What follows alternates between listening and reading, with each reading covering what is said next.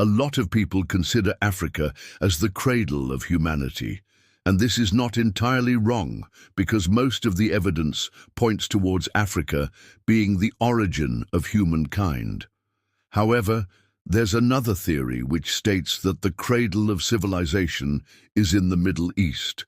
But in reality, both theories are partially right. There were several cradles of civilizations across the world. In today's video, we're going to take a look at one of the oldest kingdoms of North Africa. Welcome to my channel, and today we'll explore the hidden kingdoms of ancient Algeria, from Tassili to Numidia. Before we start, please take the time to subscribe to our channel and press the bell icon to get notified when we publish new videos. Alright, let's go back in time and discover the history of this amazing country. Many years ago, before the emergence of the Berbers, the Tuaregs and many other tribes, the indigenous people of Algeria belonged to a civilization called Numia. These people lived in the Atlas Mountains, and they were closely related to the Garamantes of Fezzan. The Numidians were also famous for their unique, artistic craft. They carved various petroglyphs on the rocks and painted them in bright colors.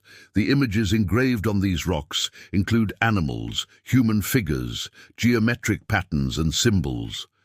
The exact purpose of these rock engravings remains unknown, but researchers believe they served as a form of communication, possibly recording historical events, rituals, or myths.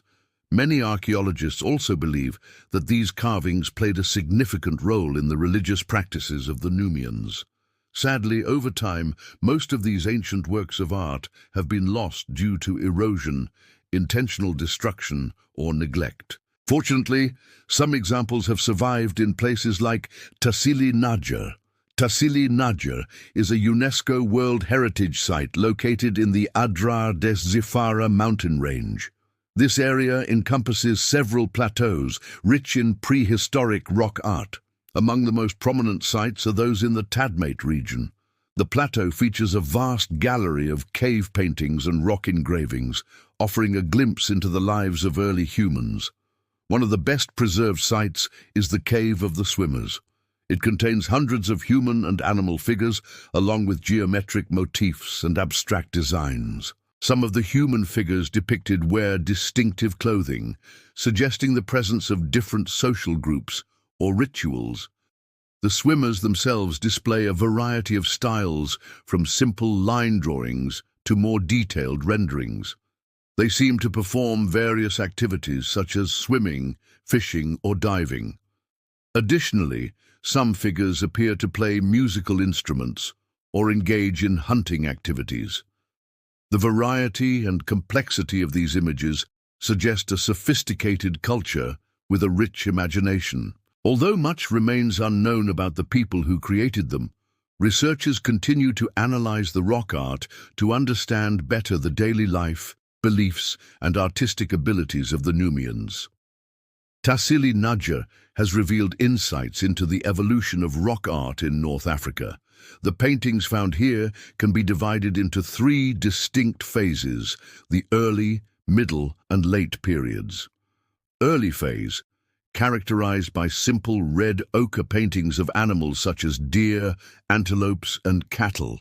Human figures are less common and typically depicted as small, stick-like shapes. The middle period, which began around 3000 BCE, shows a shift in style with larger human figures and more attention to detail. The paintings became more varied, with scenes depicting daily life, including fishing, hunting, and herding animals. In addition, the use of color expanded to include yellow ochre, white, and black. During the late period, starting from 1000 BCE, the rock art became more stylized, with an emphasis on geometric patterns and abstract designs. Human figures continued to be depicted, but often in a more symbolic manner.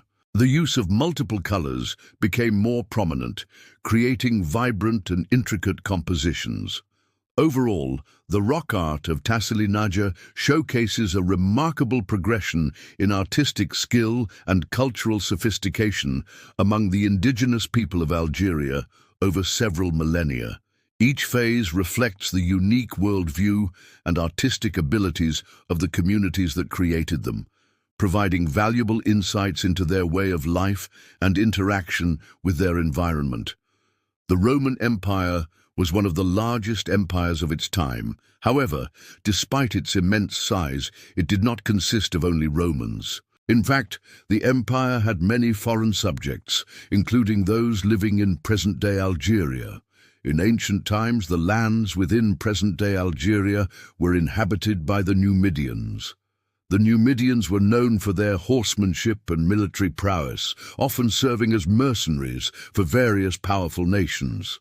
When the Carthaginians and Romans clashed in the Punic Wars, the Numidians took sides, fought alongside the armies, and left a lasting impact on the course of these conflicts. Hannibal Barca, the famed Carthaginian general, even had Numidian cavalrymen among his troops during his famous journey through the Alps.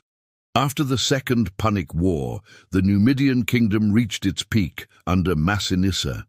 He successfully defended his territory against the armies of Rome and Carthage and expanded his domain.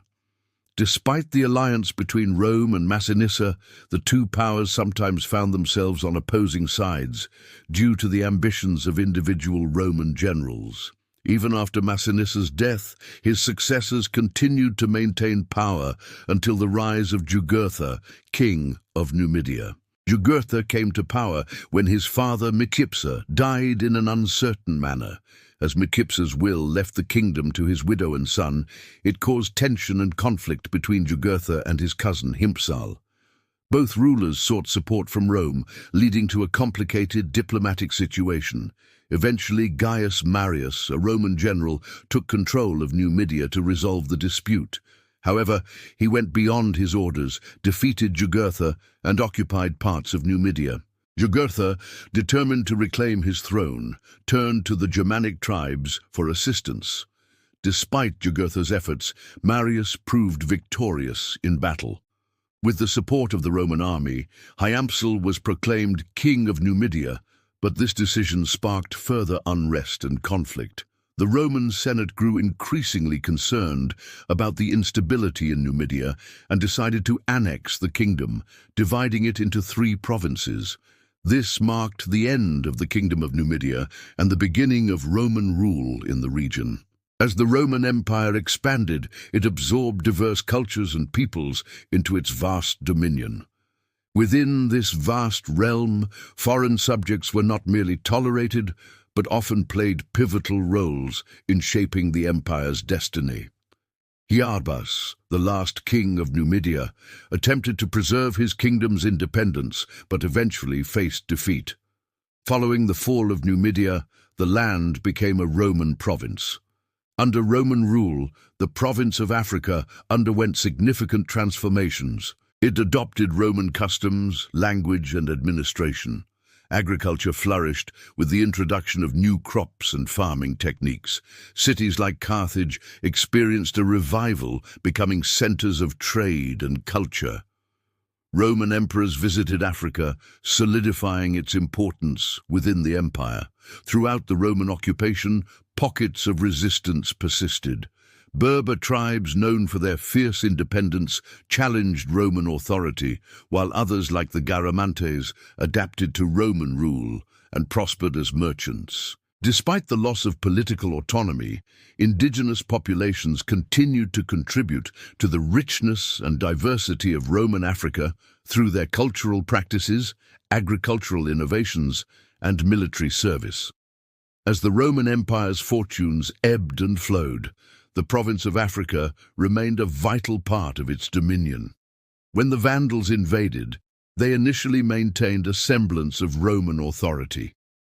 However, the subsequent arrival of the Byzantines brought about a gradual recovery and the reintegration of Africa into the Eastern Roman or Byzantine Empire. During the Muslim conquest of North Africa, local Christians and Jews faced persecution, forcing many to convert or flee, thus marking a profound shift in the religious landscape of the region. As the Roman influence waned and the province of Africa became part of the Byzantine Empire, the seeds of change were sown. The 7th century witnessed the arrival of Arab armies who rapidly conquered the region, ushering in a new era of Islamic rule. This transformation profoundly impacted the cultural and religious dynamics of what is now Algeria. Today, its people proudly embrace their Muslim heritage, reflecting a legacy deeply rooted in history. Thank you for watching this episode of Hidden Kingdoms. If you enjoyed the video, please leave a thumbs up and share it with your friends. Subscribe to our channel for more exciting historical tales. Until next time, stay curious and keep exploring the fascinating stories that bring our world to life.